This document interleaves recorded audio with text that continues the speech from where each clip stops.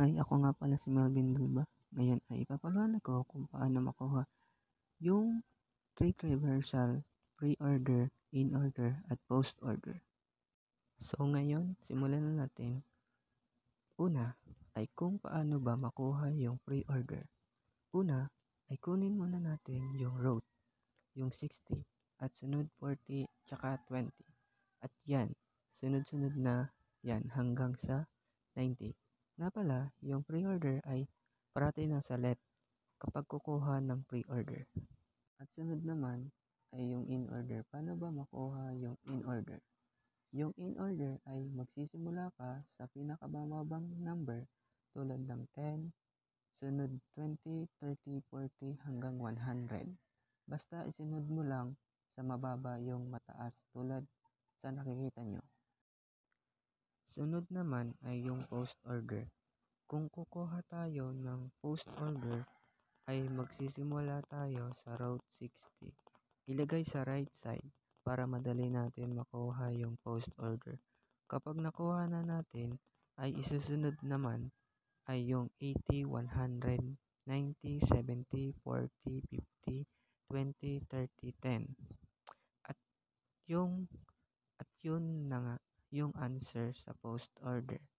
10, 20, 10, 30, 20, 50, 40, 90, 70, 100, 80, 60. And another example naman. Ito naman ay may mga negative pero same lang din naman kapag kukuha tayo ng pre-order. So, ayan. Ibababa lang natin yung route 1. At sunod naman natin ay negative 5, negative 2, and negative 1. At sunod 1, 2, 3, 4. At ayan, meron na tayong pre-order. Yung pre-order naman ay 1, negative 5, negative 2, negative 1.